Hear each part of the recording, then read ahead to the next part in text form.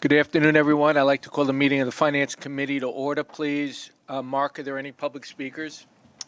Yes, Mr. Chairman. We have five speakers, and I'll call them up one by one. And I just would like to remind all of the speakers to keep your mask on at all times, including the times when you're speaking. The first speaker is Jason Anthony.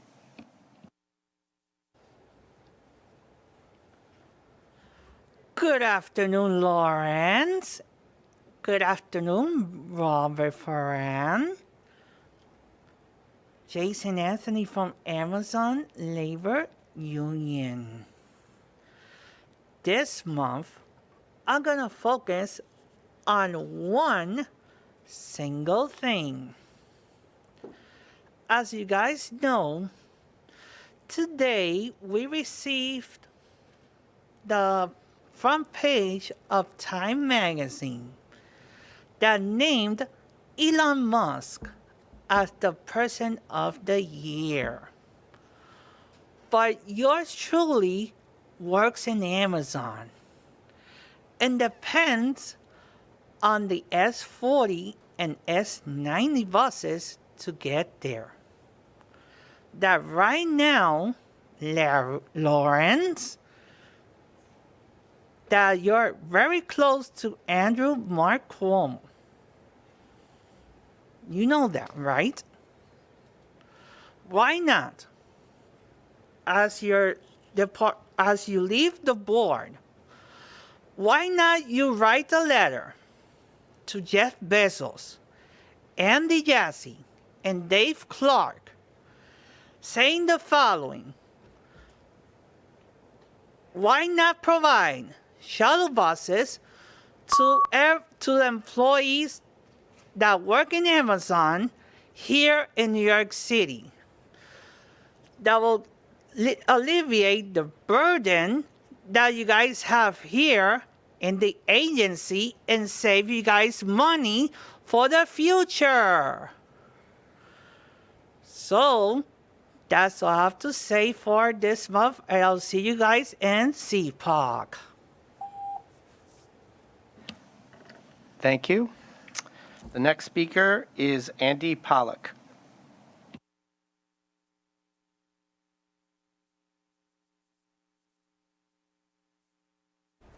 Good afternoon, everyone. Well, why am I here today? Well, I want to explain the dilemma I had putting money onto my new Metro card, my disabled one to be specific. It all goes back to November 14th. I go to Jamaica 179th Street. Guy tells me I gotta go to Jamaica Center, Jackson Heights, or Flushing. So me and my dad go to Jackson Heights. Nobody's there at Jackson Heights. So I had to rearrange my schedule, and thankfully November 18th, 4 days later, which was a Thursday, I was able to take care of it. So I don't know why not all the stations are allowing us to transfer money from an old Metro card to a new Metro card. You know the old analogy, chicken without a head? That was me. So that has to change. Second, regarding Omni, I wonder if we're going to be allowed to put money from our expiring Metro cards coming up in 2023 to our new Omni cards. Anybody remember 2003 when the tokens were going away? Yeah, we weren't allowed to put our tokens on the Metro cards. So let's prevent the same mistake like we did in April of 2003.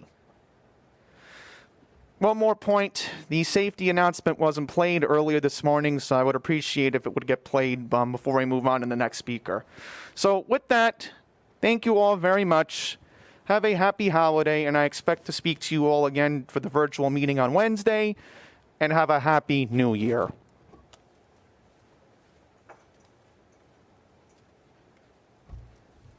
Thank you. The next speaker is Charlton D'Souza.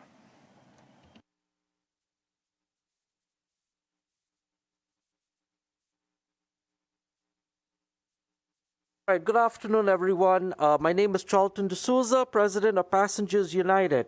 So the members of Passengers United, we feel that all LIRR discounts being proposed during off-peak hours are still too expensive with the cost of inflation growing. We feel that the MTA board should adopt the Passengers United proposal instead, and commuters should get the following discounts for it to benefit the frontline workers. Freedom ticket one-way ride within the city limits in Zone 3 from Queen stations should be $3.75, $3.75 at all times to Penn Station instead of the $5 flat fare being proposed by the MTA. A weekly combined Freedom Unlimited commuter rail and Omni NYCT pass should be as low as $45 for it to truly be affordable for healthcare and retail workers. The MTA is proposing a fare of $60, and a combined Freedom Unlimited commuter monthly Omni MetroCard pass should be $135. And for Nassau and Suffolk commuters, they should receive a 30% discount on weekly and monthly tickets to and from Penn Station instead of the 10% being proposed. And the Atlantic Terminal Station should be put in Fare Zone 3 permanently, so Brooklyn-bound commuters from Long Island will save even more money. These are the things we need because it's just too expensive for everyone. And then the trains only run like every hour in some cases or every 30 minutes during rush hours. So in order to attract more people in Southeast Queen stations, we need that. And also the Hollis Station, guys. Please rebuild the Hollis Station. Please find the funding to do that. Thank you. Thank you. The next speaker is Omar Vera.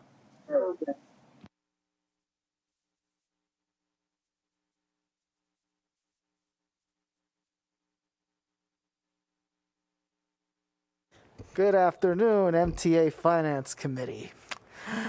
So, this morning I spoke about about the Omni rollouts, and I believe that, like I said, it's time that the fare card be available for everyone. That includes the machines, installing the vending machines, and I'm with that. So, like I said, just keep the rollout going, and yes. And one more thing. I also appreciate the fact that I'm saying in transit they were talking about making more stations ADA accessible, including my home station, 181st Street on the A. That's definitely needed, and I'm with that. With that said, I'll yield back the balance of my time because that's all I have to say for this time around. And one more thing, happy holidays, and I'll see you all later. Thank you. The final speaker is Lisa Daglian.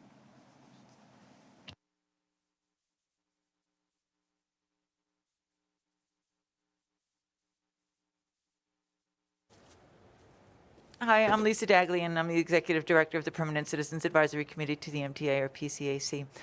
I had the pleasure actually this morning of joining Senator Schumer and Janno Lieber and Anthony Kosha at the announcement for the $1 billion that's coming to allow Penn Access to proceed and the East River Tunnel construction to move ahead. And that's really great news for millions of riders. What's also going to be great news for millions of riders are the new fare types that are going to be introduced and voted on at the board meeting on Wednesday. I had the opportunity today to also see those fare types because somebody showed me where they are on the website. I think we all would have appreciated the opportunity to see those in a more transparent way with the board materials. They really are important. It's something that everybody's been, reading about in the news, but it's not something that we can find more information about. We are going to continue to push for Freedom Ticket. We think that that's the way to go. You'll be hearing more about that from us on Wednesday and in the coming days and weeks. We know that City Ticket is going to be something that's being put forward. It's a little confusing, and we hope that there will be additional clarity on the website and do the various links about what that means. Right now, there are 3 or 4 different types of options available under City Ticket. So if that's going to be something that's put forward, please clarify what that means. And also, we do hope that you will continue to consider moving Freedom Ticket forward. Finally, and not final, we know that operating funding continues to be and will be the big red ink blotch that's down the road, and we will continue to work with you to fight with our elected officials to find operating money as we can. So thank you, and have a wonderful day. Thank you, Mr. Chairman. This concludes the public comments. Thank you, Mark. Now we have approval of the November 15th minutes. Do I have a motion? Second? Do I have a vote? And all those in favor? Motion, minutes have been approved. Mark, can you take us through the work plan, please? Certainly. Mr. Chairman, each year, the committee is required to approve a new work plan for the upcoming year. Today, we've included in the materials on page 11 the draft 2022 work plan for review. If any of the committee members have any suggested changes or additions to the work plan, they can be incorporated into the document in advance of the vote in January. That concludes the discussion of the work plan. Moving on to the next section, Budget Watch. There's no Budget Watch presentation in December. Bob Foran will be presenting the 2022 budget and 2022 to 25 financial plan adoption materials later on in this meeting. 2021 year-end flash Budget Watch will be presented in January. Next, we have Finance Watch. This can be found on page 18, and Pat McCoy will take us through that. Good afternoon. We just have a few transactions to report in Finance Watch this month. The first is a remarketing of transportation revenue bonds, variable rate bonds, Subseries 2005 E2. We extended our direct pay letter of credit from Bank of America on this one. Next, obviously, the notable transaction that occurred this month was the issuance of $4 billion in MTA grant anticipation notes, Series 2021A. This was a very successful transaction. As you can see, our cost of funds all in is 0.886%. The coupon on the loan itself is 0.777%. This was priced on December 1st, and we closed last Thursday, so we have the funds in-house. I want to compliment our working group on this. This was a very well-executed transaction on behalf of the MTA.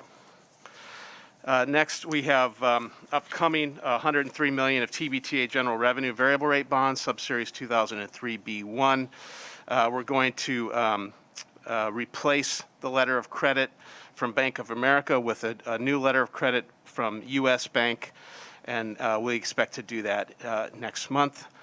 And then lastly, we have our November 30th fuel hedge was executed for 2.8 million gallons of ULSD.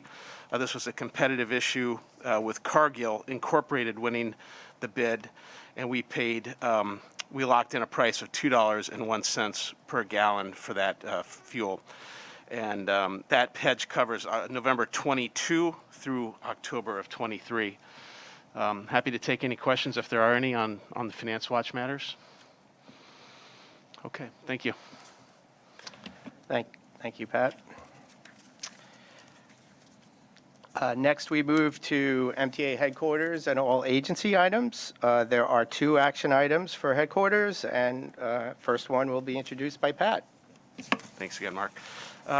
This is our annual coming to the board with our expected borrowing needs for the upcoming calendar year, upcoming fiscal year. So what you can see here in this staff summary is what we're planning for $1.8 billion of issuance for transit and commuter capital programs, $500 million for TBTA projects, and $305 million for the remaining financing costs of the Central Business District tolling program. What this resolution does is also authorizes refundings that meet the board policy from time to time, and we are 20 years past our MTA debt restructuring, so we are expecting a substantial amount of refundings in 2022. In addition to that, we always have our reimbursement resolutions, which allow the reimbursement of monies that have been spent on capital projects with those of tax-exempt bond proceeds. So with that, I would seek a vote for these actions. Obviously, if there's any questions, too, please. Make a motion to approve. Do I have a second? All those in favor, aye. Any noes? It's approved. Okay, thank you. The second item to be considered is the MTA 2022 budget and financial plan materials, which is being presented today to the committee for informational purposes by Bob Foran. The full board will be voting on this package on Wednesday. Bob? Thank you. The adoption materials are in the exhibit on your director's desk, so there's a staff summary there. And what I'm going to do is just give you the highlights of the staff summary, because what is important is the actions that you will authorize, the staff and the chair to take as we go forward.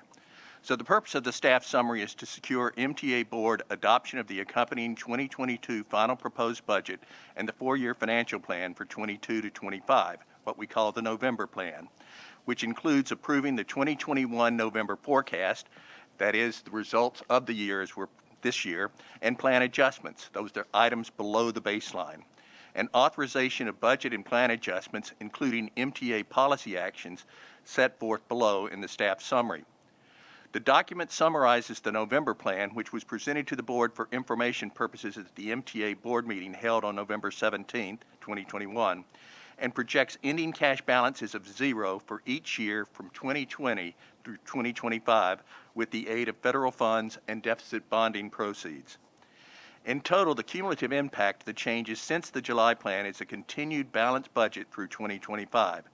But this balancing is only achieved with the receipt of $10.5 billion in federal aid from CRISA and ARPA, which is on top of the $4 billion received and fully expended in 2020 from the CARES Act. The implementation of fare and toll increases proposed for mid-22, 23, and 25, and the use of $1.4 billion in deficit borrowing proceeds. The federal funding, however, masks the structural imbalance in MTA's financings. Without fare and toll increases, ARPA, and the use of deficit borrowing proceeds, 2025 would be $3.2 billion out of balance. Even with the fare and toll increases implemented, 25 would still be out of balance by $2.4 billion without federal funds and deficit borrowing proceeds. And with federal funding exhausted in 2025 and only $1.5 billion remaining in deficit borrowing proceeds, 2026 will likely be significantly out of balance without actions to address the structural imbalance. Now, it will be recommended that the board adopt the 2022 final proposed budget and the 4-year financial plan, 22 to 25, which includes approving the 21 November forecast plan adjustments. The approval of this plan will supersede prior board plan approvals for this period. Note that the projected 23 and 25 fare toll increase proposals will require separate board actions in advance of those dates. To authorize staff under the guidance and direction of the chair, CEO, chief financial officer, or their designees to take actions to implement the policy actions set forth in the plan. To authorize staff to draw down the unexpended 2021 general reserve of $170 million, which will be used to partially pay down an outstanding interagency loan that was made to the operating budget from capital funds. To authorize technical adjustments to the MTA budgets and forecast on a non-material nature in the 2022 February plan. Authorize adjustments to MTA budgets and forecasts to reflect labor settlements approved from time to time by the board. To authorize staff under the guidance and direction of the chairman, CEO, the chief financial officer, or their designees, including the MTA treasurer, to take additional budget and cash management actions, as has been done in past budgets, to draw on the general reserve and or make budget adjustments to respond to unexpected expenses, revenue subsidy shortfalls, and other actions, including the advance of bridge and tunnel operating surplus for the year 2020, 2021, use of MTA MRT2 corporate account monies to stabilize cash flow requirements, provided they are repaid prior to the end of the fiscal year in which made, the use of payroll mobility tax and replacement funds and MTA aid. The board is also requested to authorize staff to enter into interagency loan agreements among the MTA, its affiliates, and subsidiaries. Any such interagency loan would be repaid no later than the end of the next succeeding calendar year. And the use of a stabilization reserve to stabilize MTA agencies' cash flow requirements. The treasurer shall also use such funds as from time to time may be necessary or convenient to make debt service payments on MTA bonds for the prompt payment of contractual obligations. Mr. Chairman, that summarizes the staff summary. That certainly was a mouthful, Bob, but thank you. I have a question for you, or two questions for you. When the board meets on Wednesday to vote on the 2022 budget, we have frozen fares through July of 2022. Does the 2022 operating budget contemplate any fare increase whatsoever in calendar year 2022? Yes, it continues to have a mid-year placeholder for a fare and toll increase to the extent that the executive budget put forth in January by the governor and the budget directors has funds to supplement or replace that, which we believe is an intention. Then we would change that in the February budget, so the budget would reflect now supplemental or replacement funds for that. But we're leaving it in as a placeholder for right now. That would go into effect when, and how much money are we talking about? I think it's about $17 million, and it would be in July if it were to take place. But we're not, by adopting this budget, we're not voting to raise fares. We would have to find $17 million to replace the loss of revenue. That is correct. And well, second is, with the introduction of new ticket pricing initiatives, has that been factored in at all on regarding any ridership response, how that will impact positively? Yes, it is not reflected in these numbers, and since it's effectively a pilot program, we'll wait and see what the impact is and see what other kind of adjustments may be necessary. Okay. Commissioner Lynn? So thank you. I want to actually make 4 points. The first is to thank you for all of the terrific work you've done. It's always been wonderful listening to you, and the clarity that you bring is terrific. So thank you very much. Second, I'd like to sort of emphasize that while the budget and financial plan looks wonderful in terms of 4 out years of balanced budgets, which I think is certainly the first I've seen that in my years here. It is, I think, masking, and I'm not saying mask on purpose, but it's covering the huge problem of 25, because it's not just like we usually say, oh, the out years are always terrible. There's $10.5 billion of federal money that is gone, and there's borrowing that is that's part of this.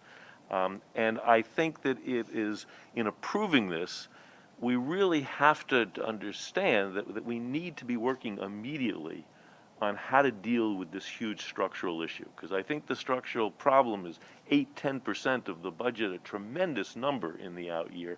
I think unprecedented in how big that potential deficit is, and how we deal with it, I think, is important. And I think we ought to be sending that message that in improving this, we're not just sort of saying, okay, things are great. We're saying things are really problematic going out, and we need to be looking at it in a very hard and serious way.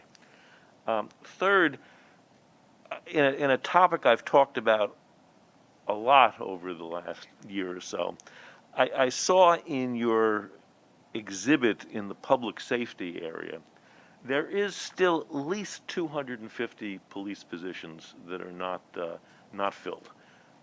And I think, given the conversation we had at Transit today of how important it is to get people out and on platforms and on trains, I think we need to figure out how to use those dollars effectively. What is the best way? Because I know there's going to be continued attrition. So not only do we have to hire, but we lose staff as well. We need to figure out what we can do. And I understand, I'm not saying that the city doesn't have an obligation. The city, I think, has stepped up with a lot of police officers there. But I think we also should be contributing. And I think the fact that we budgeted 2 years ago for additional dollars for public safety, we still have not spent for at least half of that. We need to be figuring out how we can really contribute to the problem in our way. So that's our third point there. And point 4 is again the subject that I've been speaking about recently, which is COVID. And I didn't see exactly where the $100 million for testing is in here. And I don't see exactly where the revenue from FEMA is in this. And I must admit, I've heard in any number of situations in other places where FEMA has said that they will reimburse secondarily, that people need to use their health insurance first. And I don't know whether there's a different understanding here or not, but I do think we need to keep an eye on that. I think it's a lot of money, and I've expressed my concerns about that in the past, and I think that I'd like to see exactly where that is and where the flow is and what commitments FEMA has given already. Lastly, on COVID, as you look at the press, you look at the New York Times maps, you see the virus, you see Delta coming down the island of Suffolk, expanding tremendously into Nassau and sort of at the edge of New York City. Everybody is saying vaccination, booster shots are critical. I know that there is different sentiment among some of the leadership here. But what I'm concerned about is I don't know that we have the absolute expertise and knowledge in terms of figuring out what we should be doing and can be doing.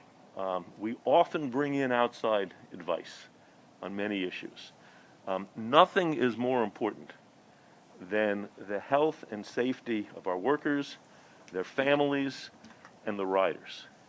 And I think we need to be looking at that in a very strong way.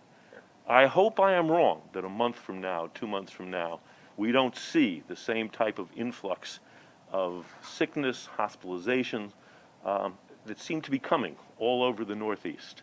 And I really think also, as the trustees of this board, we have a fiduciary obligation to make sure that we're doing and getting the best advice possible, and we're doing everything we can to control the spread of COVID.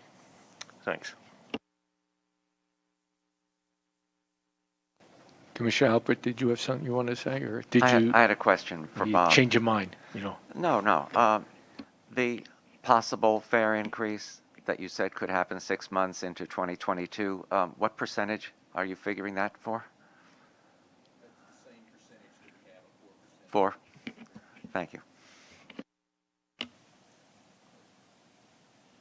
So I just wanted to chime in on the COVID stuff. It's quite concerning, and we kind of have to look at everything. I think all options need to be on the table, and we have to protect everyone. I mean, if you look at what's happening in England, we're like 3 weeks behind it. There's numbers are rising, and it's going to be detrimental to riders. It's going to be detrimental to workers, and we need as many workers to get vaccinated, and we got to kind of figure this out and push. I mean, I know the numbers are getting up there and things are going, but we got to start considering what's next because we got issues. Commissioner Jones? Yeah, just two things. When we're talking about the 4% fare increase, that would require, of course, the full battery of hearings in advance.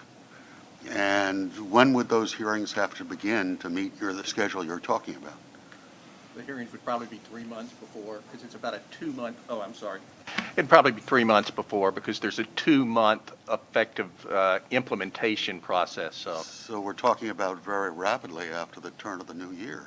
Well, again, as I said, when the executive budget comes out we'll see whether there's replacement funds for them. If not, then the board would have to make some decision on what they want to do.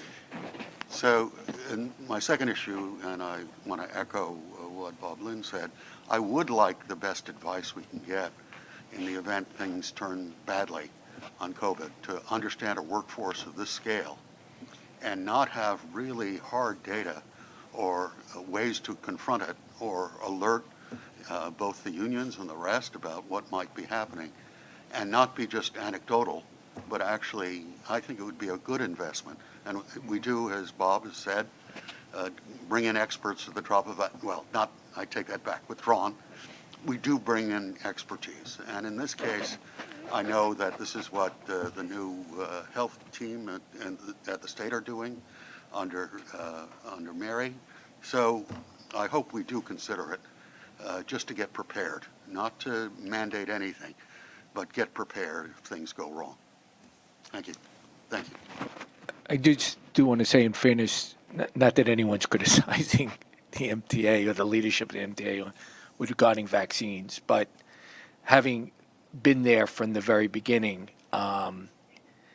when we first rolled out the first shipment of Pfizer, I know how hard and all the efforts that the MTA has made from day one to make the vaccine available, to get the entire workforce to get vaccinated. I think both on the state and city level, all the elected officials, everybody's done a yeoman's job in educating the public, urging the public, creating incentives for the public to get vaccinated. We're sort of like in that hard to convince population group. We always knew that last 20% was going to be difficult. You even have people in the healthcare field that have been resistant. So, it's just, it's a slow turn right now.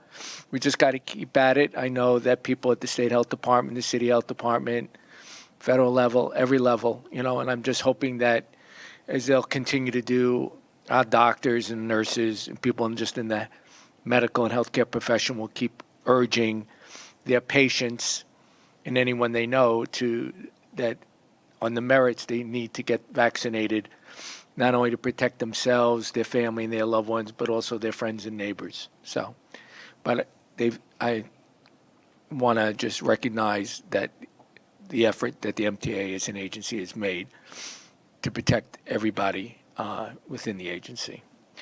If there's no other questions, Mark, we don't need to approve this, right? So we're going to just keep moving on. Thank you, Mr. Chairman.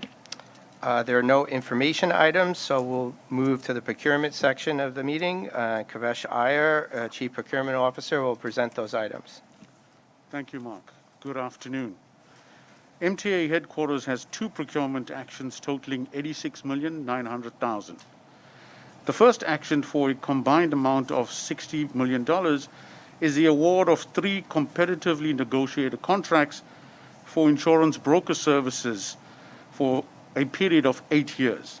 The awarded contractors are Alliant Insurance Services, Marsh USA, and Willis Towers Watson Northeast. The scope of this owner-controlled insurance program is to provide broker services for the 2020 to 2024 capital program. Individual task orders under the contract will be awarded on a mini solicitation basis with proposals from each of the 3 contract holders.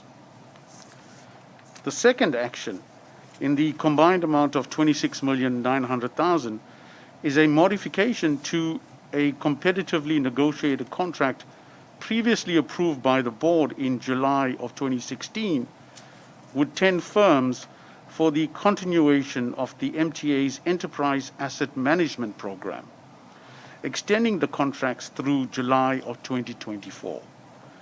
I submit these procurements for your approval. Kavesh, I have a couple questions for you. Yes, sir. I'm not sure I understand. It's an 8-year, the first procurement item for $60 million for broker services. It's an 8-year contract, but it's to provide insurance coverage from 2020 through 2024. So that's Yes. 4 years. So I don't understand if if they're providing a service for 4 years or for a 4-year period, why is it an 8-year contract? I mean, I must be missing something and I'm not as smart as you. So, But can you explain it? so Mr. Chairman, we have on board Chris D'Antonio, who will come through, and he can answer that. He's from our risk and insurance program.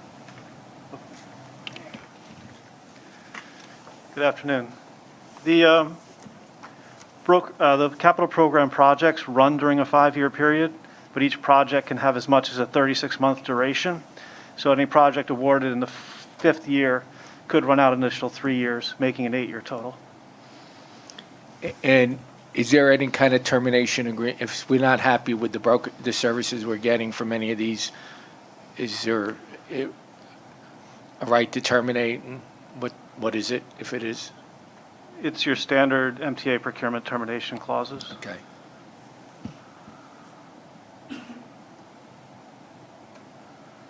And on this second item, that's about $27 million. Kavesh, who's going to answer this question? You? Okay. We have the experts on hand, Mr. Chairman. Tom Savio is here to if there's any questions. So we're that need to adding be answered. $27 million? Correct. Right. We are adding funding to this existing contract of $27 million. It's the second option that we are exercising for this contract. And we're happy with the performance? I will turn And that the over savings. to Tom Savio. Yes, Mr. Chairman. So this would extend the contract by a couple of years, and those options were in the initial procurement. What there wasn't was funding capacity for it. So we'd like to continue to fund this project. We are happy with the performance. We'd like to go faster and make more progress, but it's always constrained by funding availability, and also rolling out EAM is dependent on the workforce itself engaging with it, because we work very closely to implement these new systems.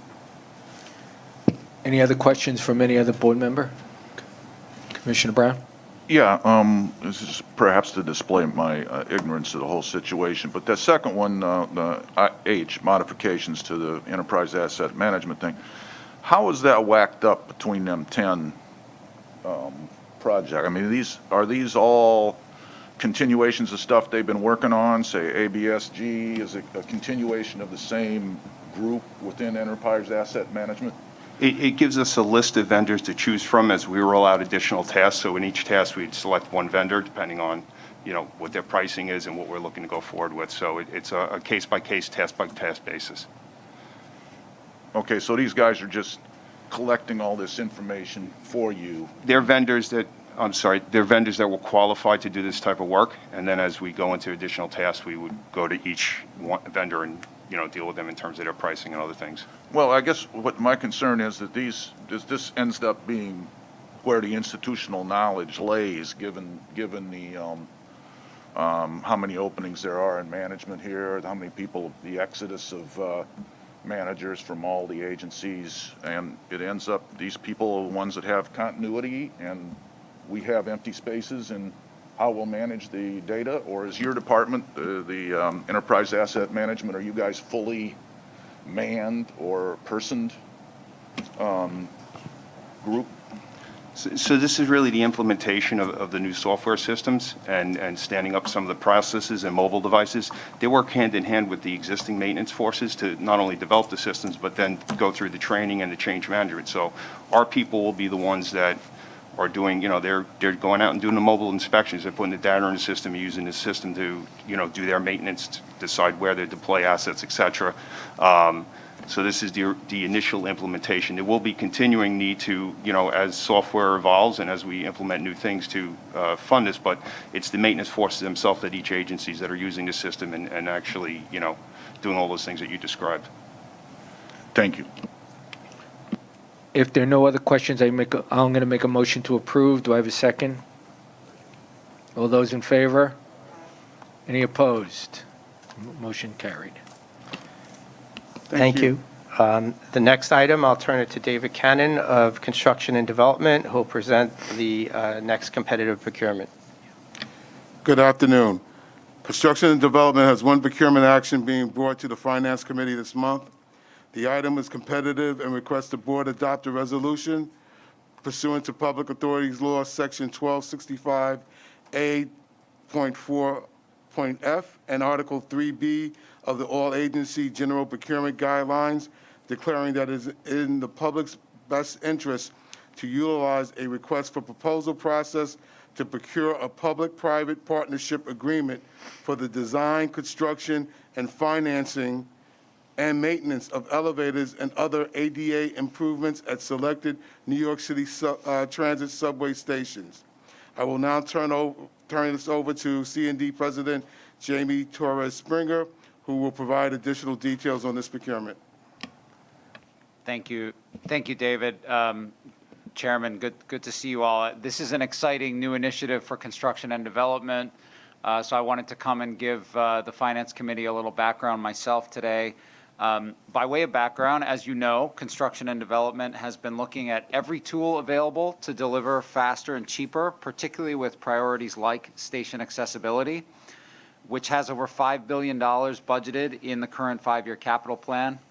We've been using design build, we've been bundling, we've been seeking partnerships with private developers through a new expanded zoning for accessibility program, which yielded its first result in terms of a station at the 57th Street F station last week. This is another one of those deployment of new innovative tools using the P3 model, which has been used nationally and globally to tap into private sector innovation to deliver capital projects more quickly and efficiently and meet very strict long-term maintenance standards. Our team worked with market-leading advisors to identify opportunities for public-private partnerships in our capital program that would deliver the best value to the MTA and we also conducted industry outreach to confirm potential projects. We identified the ADA accessibility work as best suited through this process for us to initiate a P3 partnership for. So what we're seeking with this item is the board's approval to go to the market for a private partner to deliver 13 stations for us. That's 8 newly accessible stations and 5 rehabilitations through what's called the Rapid Station Accessibility Upgrade Program. The private partner will be responsible for building the accessibility improvements quickly and at a lower cost, and will maintain the elevators for 15 years at very high performance standards. They will not get paid unless they achieve a very high standard of maintenance. We'll be back to the board before awarding a contract, and I would note that we will only award a contract if the final bid is below our risk-adjusted expected cost to self-deliver. Thanks. And I submit this procurement action for your consideration and vote. Mr. Chairman, this does require a vote. Oh, thank you. I'll vote on it anyway. I think we're going to take it up on Wednesday. Yes. But This is a great variety of neighborhoods, stations, and need. I definitely would move the this. Finance Committee is on record in supporting this. Okay. Thank you very much. Now back to Kavesh. Mr. Chairman, there are no other procurements for Metro North, Long Island, New York City Transit, and bridges and tunnels. That concludes the procurement items. Thank you. Thank you.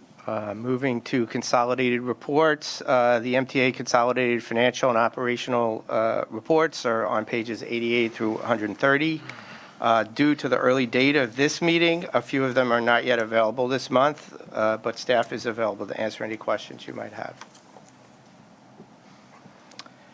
Hearing none, next up is David Florio to present the real estate items. Thanks, Mark. Mr. Chairman, real estate has 2 action items for consideration and approval. The first action item is for MTA New York City Transit. It's the acquisition of permanent and temporary easements from Amtrak in support of a flood barrier construction effort in Long Island City. The second is for MTA Long Island Railroad. It is a license agreement with D&J Industries for non-commuter parking in Maspeth. There are, in addition, Mr. Chairman, 6 information items. Happy to answer any questions about any of the foregoing. Does any member of the committee have any questions? If not, I make a motion to approve. Do I have a second, please? I have a second. All those in favor? Opposed? Motion carried. That being the end of the agenda, I'm going to make a motion to adjourn the Finance Committee meeting. Do I have a second? Thank you. Meeting is adjourned.